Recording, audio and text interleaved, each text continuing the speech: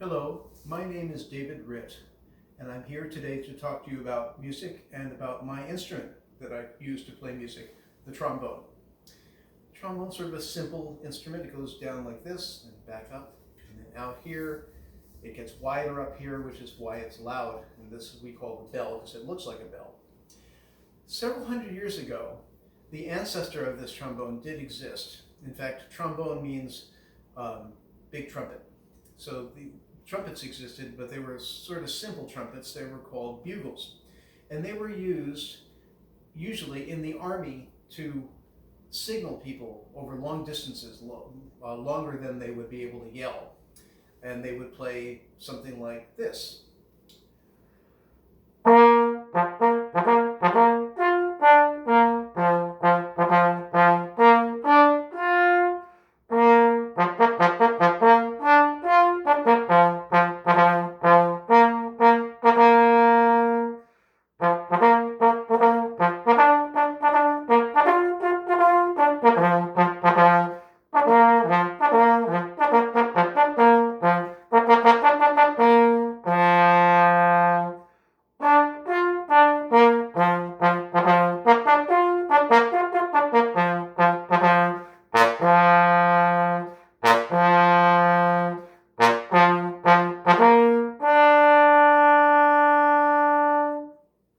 Now, you probably noticed that when I did that, I didn't move.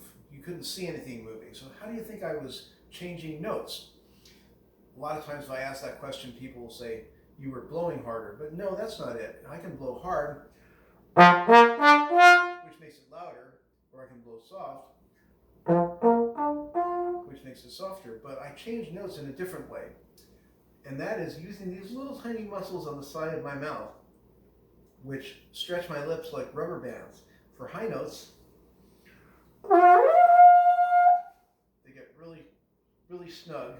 And for low notes, they let go, and there we have what we call a pedal tone. A pedal like the pedal on the organ, the lowest note.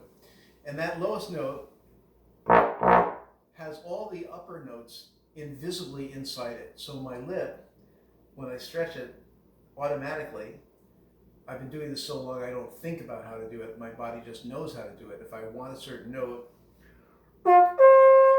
or there, all I have to do is think that, and my lip stretches the right amount. It's what the fancy word for this in French is embouchure. Everybody who plays a brass instrument, and this is a brass instrument, trumpets are a brass instrument, tubas and French horns are brass instruments, the brass family, they all change notes by moving their lips, and they have different amounts of, different places where their lips are strong for different sizes of instrument. And we call that in French embouchure, a fancy name. I don't really know what the English for that is. We just call it an embouchure because that's the part your face where your face has muscles built up to meet this part, the mouthpiece. So the sound I'm really making is not very musical by itself. But when I focus it with the mouthpiece, you can hear the notes, but they still don't sound very good.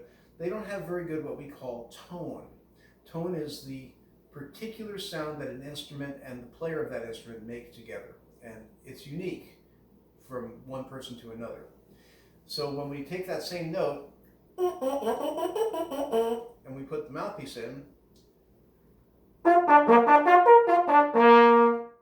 this part called the bell, because it's shaped like a bell, is like a natural amplifier that makes the little buzzing sound into something much more powerful. Now, when I was in 4th grade, on the other side of the country, outside of New York City, we had a band program, and the band director came around and showed us different pictures of the instruments. And when we got to the trombone, I thought, this looks a lot like something I have at home. Because the trombone, I'm sort of going backwards here, but I'll straighten it out. Here's something that you probably have seen before. You might have a toy plastic version of this. I had one of these, and I like to try to play music on it.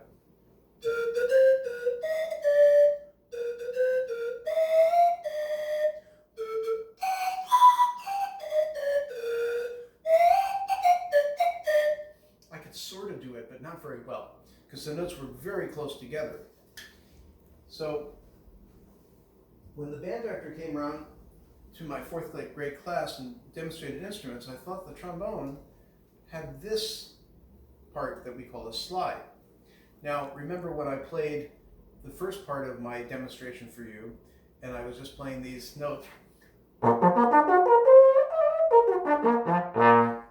Those are all the notes I can play, but in order to play the notes in between, I can turn the trombone into 7 different bugles. Instead of the first one, if I move the slide, it gets lower and longer. So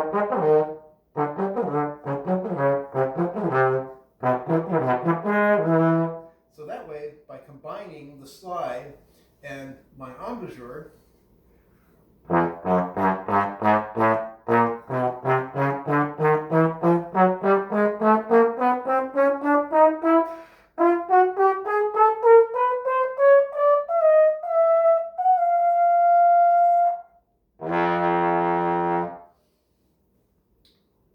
so I thought that looks like a fun instrument, and I think it would be more fun and easier to play than my slide whistle, and I was right. My mother was a piano teacher, and so you can guess that I didn't want to play the piano. I wanted to do something different. So when I saw this, I thought, this is really different, and I started to play it. Now this trombone was the first good trombone I ever had. I've had it almost all my life. I've had it about 50 years. And you might notice the color of it is sort of silvery. In fact, it's made of something called nickel silver. When we say brass instruments, brass can be different combinations of metal. So this is one particular kind of brass, and that makes it have its own unique sound. A lot of times it gets to play jazz.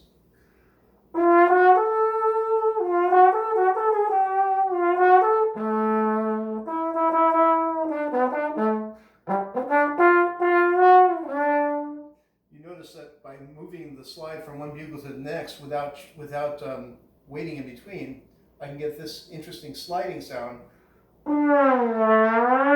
which we call a glissando, which means in French again, the slide. Since this is a slide, this is actually sliding with the slide.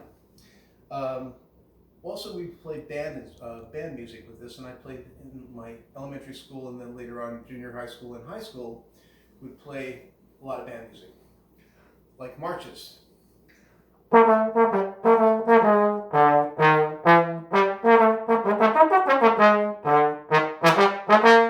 notice how loud I can play.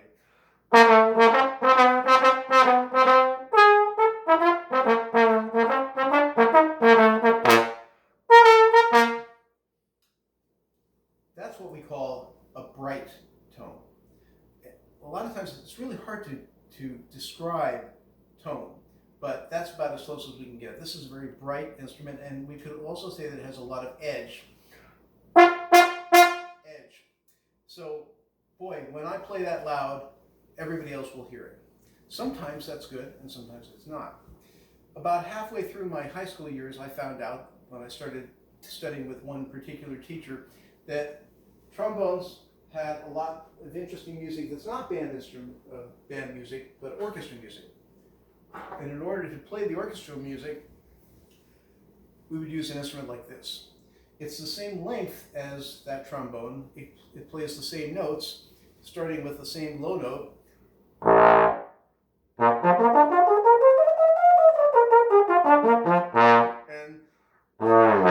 And slides, glissandos like that. But the tone is very different.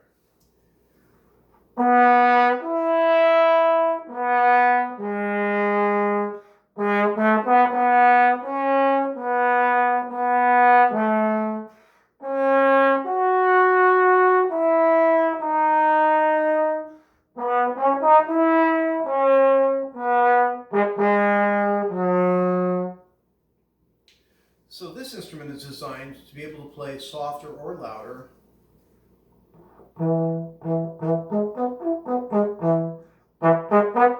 but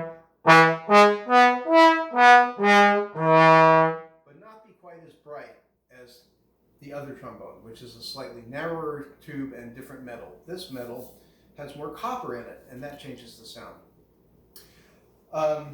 Somewhere around the last couple hundred years, valves were invented to make fancier versions of this other trombone. And here's a valve. When I push with my thumb, you can't see it very easily, but you can see a little moving part, and that changes a little circle inside here, a valve, and it makes the air go farther instead of just going straight out. And the longer the tube, the lower the note. So going down this far on the slide, I can instead press this valve and get the same result. And that means that instead of having to work very hard and fast when I have fast music, I can just do this. Plus there's some extra notes that I wouldn't have otherwise.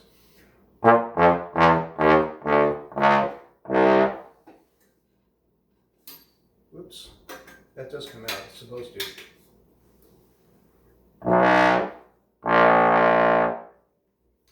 So that's the trombone that I play in the Seattle Symphony. This particular trombone is called a tenor trombone. Brass instruments have different ranges, what we call ranges from high to low. And the high ones are sopranos, and the in between are altos and tenors, which is this is a tenor. And then we have the bass. The bass trombone has not one, but two of these valves.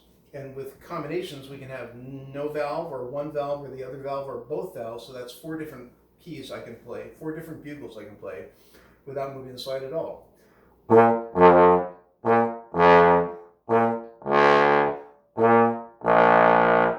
And this instrument has a really big bell and a bigger mouthpiece, and it's a lot easier for it to play low notes.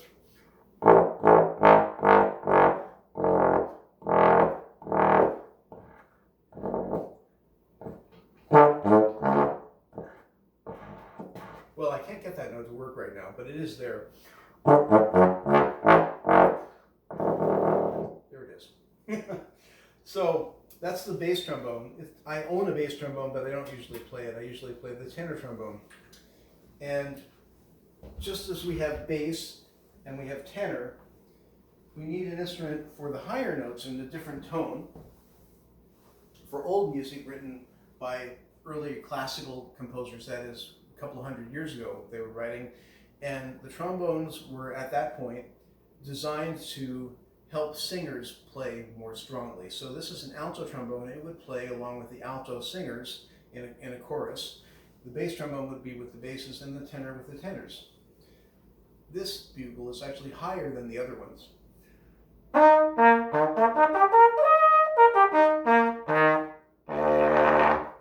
It's not designed to use the pedal tone. The pedal tone doesn't sound very good on it. But what it does sound good on is playing high stuff like this by Beethoven.